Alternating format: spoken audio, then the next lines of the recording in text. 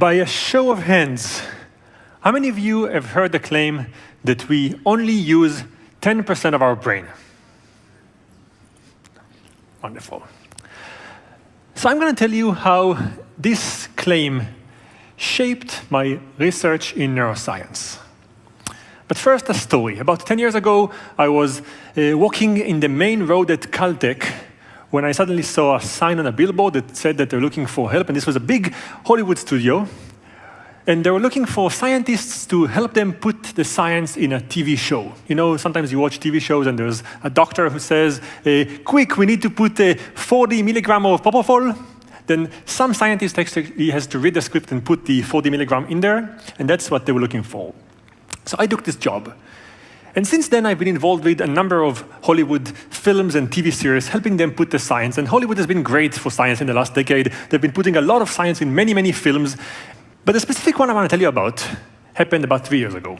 I got a call from a friend of mine. His name is Mark Goffman, and he's been a writer on many TV shows like The West Wing, Sleepy Hollows, and many others. And he called me and he said, I'm working on a show called Limitless, based on the film, and I need your help.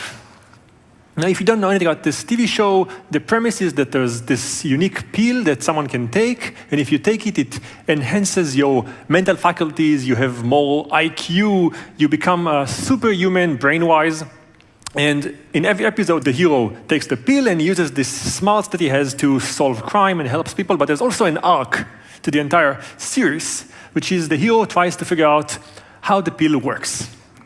And they called me because they had no idea how it's going to work. And they said, we're already in episode number 8. We have about 15, 16 more, and we need to find out how it's going to work. Come up with an answer. Now, I should tell you that I came up with a really cool answer, but I don't want to spend the next 15 minutes talking to you about fake science. I'd rather tell you about my real work. So all I can tell you is that they were so excited about this solution that they said, you know what, we're going to actually keep it to season 2, and that's going to be the reveal, and then the show got canceled. So you're never going to get to see it. You can ask me afterwards. But in the course of trying to find out how the pill could work, I started looking online at all kinds of blogs and comments from fans and what they said about it. And that's when I started seeing conversations about this idea that we only use 10% of our brain. There are also some people selling the fake pill online, but it doesn't exist, just to be clear. Science fiction. But in looking at the conversation, I started to get alarmed because this is absolutely not true. All of our brain is being used. So I asked myself, why is this claim coming out? And it's, in my mind, something that aligns with many other myths about the brain that are all not true. But they emerge because people have this desire to enhance their brain. We want more. Even though I've never heard anyone saying that they're not happy with their brains, people say that they're not happy with their looks, but no one is complaining about their brains. We still have this desire to get more of it. And I think that the reason for that is that even though all of our brain is being used, we have access and control over only certain small parts of it. Most of the things that our brains do happen under the hood, without us having any control over them. Right now, when I speak to you, my brain regulates the temperature in my body. It plans what I'm going to say next. A lot of things happen in the brain, and I don't know any of them. In fact, if we try to look at the brain like a pie chart, then this Pac-Man part of the pie chart is the part of the brain that we have no control over. We only have control over a small, limited part of our brain. And this is by design. This is so that we won't make mistakes and ruin things that our brain is equipped to do in itself. In fact, if I wanted to do something to change in this part of the brain that is not under my control, it would be really hard, nearly impossible. Right now, when I look at you, information from the retina goes to the back of my brain, gets processed there, information about color, orientation, shapes, all of that gets aggregated, and then it becomes an image that emerges in my mind. And I get to see this image only at the end, after all the processing happened. And I can't change that. If I decided I want to see the world in black and white, it won't happen. Even though it's my brain that puts the color in it, I can't somehow turn it off. So, being a former hacker, I asked myself, is there a way in which we can actually get access to the other part of the brain and change things there?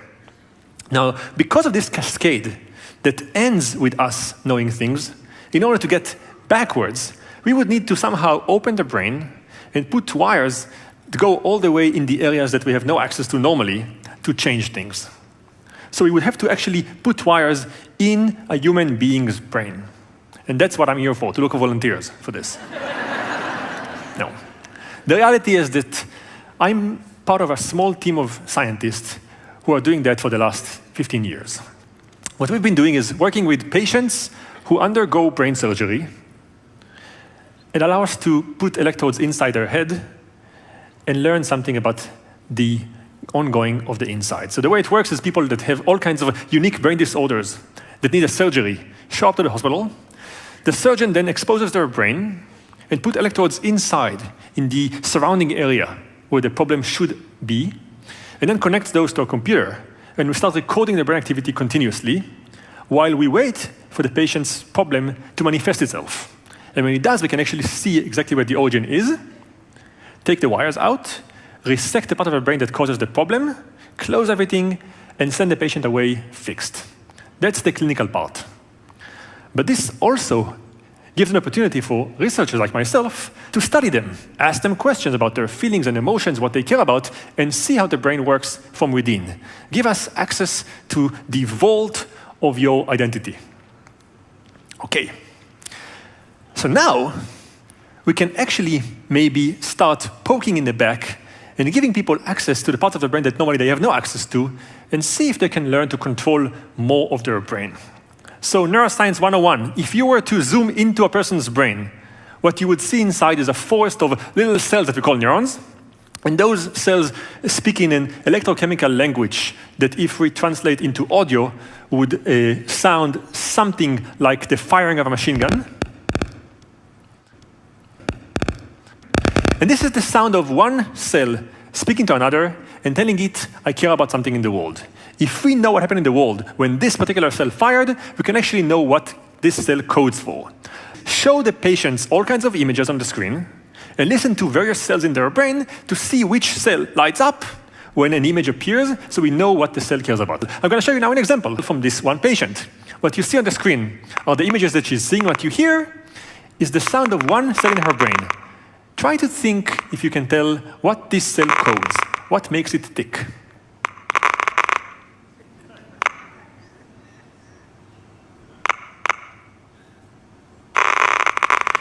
Marilyn Monroe. This is one cell out of a small cluster in this woman's head that fires when she thinks of Marilyn Monroe. And in fact, if you guys know who Marilyn Monroe is, it means that right now in your brains, there were cells like this one that light up when you saw this image. This is what thinking of Marilyn Monroe looks like inside their brain. So when we find cells like this in people's brain, Marilyn Monroe, the Eiffel Tower, the Big Ben in London, their best friends, their mom, their cells that code all kinds of things, we can start trying to do the thing I mentioned earlier, which is give the patients access to the parts of the brain that normally they have no access to, and see if they can change something there. So the first thing I wanted to do is see if by giving access to the back of the brain, we can teach the patient to actually activate those cells that normally they have zero control over. In the following way, we told the patient, we're going to put a picture on the screen in front of your eyes, and that's a picture of something, doesn't matter what, it's a distractor. We want you to look at this thing, but in your mind, think about Marilyn Monroe. We want you to override the image that your eyes propose with your mind's eye. As in, think Marilyn Monroe and override the things that your mind tries to make you see. The patient sits there and starts summoning the thought in her mind, and to our surprise, within seconds, could actually show Marilyn Monroe in her mind. Now, to know that it's true, we actually had to listen to the cell and see it fires. And to make it easier for the patient, we told her, you know what? If you're doing a good job in actually activating those cells in the back of your brain, we're going to make the image of Marilyn Monroe appear on the screen gradually, so you will get positive feedback that you're doing the right thing. So effectively, we're projecting her thoughts on the screen when she's able to access the part of the brain that normally you and I cannot get to. With our patients, we did it with various other pictures. A friend of the patient is on the screen. She thinks of a banana. She sees a picture of the pyramids in Giza, but is asked to ignore the images and see on the screen a picture of Michael Jackson, and it works in the same way. And the point is, right now, with electrodes in the back of her brain, she learned how to activate networks that you and I can only experience after they become a thought in our mind. And this is not just a remarkable thing, it actually answers something that a lot of us have been thinking about for a while. Who wins, our senses or our mind? There is a lot of spiritual conversation about the fact that, our mind creates the world, our eyes and our senses just propose things, but it's actually our internal thoughts that create reality. Well, here's the proof. We can train you with little feedback into the back of your brain on how to control the world. So this was the first test, which allowed us to actually give people access to parts of the brain that normally they don't have access to. But thoughts and memories are actually the closest thing to our conscious awareness. So we asked, can we go further back into parts that you really have little access to, like your emotions?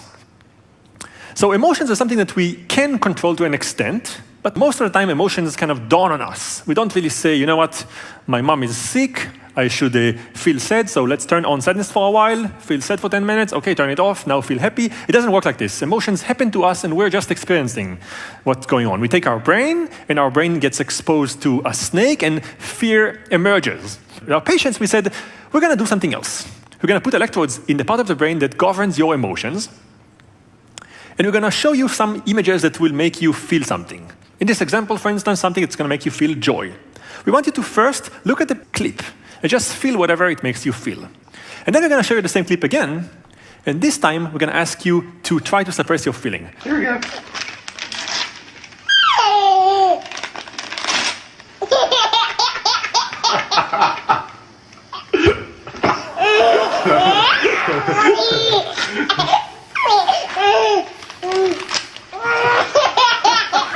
This never fails. But for you, it's going to be much harder right now to look at the clip again and again and not feel anything. But with the patients, because we give them feedback for the part of the brain that controls the joy that this film elicits, we can actually train them with feedback to gradually learn how to overcome this feeling and just suppress it entirely. So with 8 of our patients, we could take the activity of the neurons when they watch the clips and watch them over time decay to a level that allows us to essentially see how we can control our emotions. In the last 5 years, we've been doing a lot of those experiments. We taught patients how to control their conscious awareness, their memories, their emotions, even their breathing. We went as back in the brain as to the primal parts of the brain that we share with all kinds of animals. And we said, can we do something even in those parts that you're never supposed to be accessing? And what we saw was that with little feedback, our patients could even learn how to change the synchronicity between areas that control their breathing. And the point is that we're gradually, over time, learning to get access to more and more of our brain. Granted, these are patients with open brains and electrodes inside, not you and I. But science tells us that if we're getting a proof of concept, if we see that something works and we learn how it works, then it becomes an engineering problem that we can gradually improve upon. So presumably, in the next couple of years, we're going to learn how to get more and more of our brain. Maybe we can expand our brain, get to increase our IQ, increase our abilities. And this is where I think things become profound, and I want to highlight them. If we increase our abilities, we might change entirely the way nature is meant for us to work. You know, the smartest monkey out there has an IQ equivalent of humans' IQ of 70. If 100 is the average person and 140 is a genius, then this monkey that can communicate and do basic arithmetics is said to have the IQ of about a 2-year-old kid. And we're really impressed by that. We say, oh my God, this is an amazing monkey. It can do all kinds of impressive things, but we're not trying to be the friends of this monkey or treat it like a peer. If we started to expand and give humans these abilities, IQ of 150, 200, maybe 1,000, what will these new humans think about us? Will they want to be our friends, our peers, or treat us like we treat the monkey? Saying, oh my God, look at this smart one, Stephen Hawking. It looks like a 2-year-old Timmy here. It can do all kinds of differential equations in its mind. It's amazing. This this is the world we're playing with right now. Neuroscientists are not equipped to think about these problems better than any of you. And what I learned from looking at the people who've been trying to explore what it would mean when they thought about ideas for limitless is that humans are very greedy when it comes to expanding our brain. We all want more. I recently watched an episode of The Simpsons, and Homer Simpson speaks to Mr. Burns there, and tells him, "Mr. Burns, you're the richest guy I know." And Mr. Burns says, "And I will give it all up for a little more." And that is how we've been treating our brain recently. Learning how it works, but constantly trying to expand upon it and get more and more of it. And with the expansion of our brain, also is the expansion of our duty. And for this, we need 100% of our collective brains. So next time someone comes to you and tells you that they heard that we use only 10% of our brain, the answer you should give them is, well, I guess you do. Thank you so much.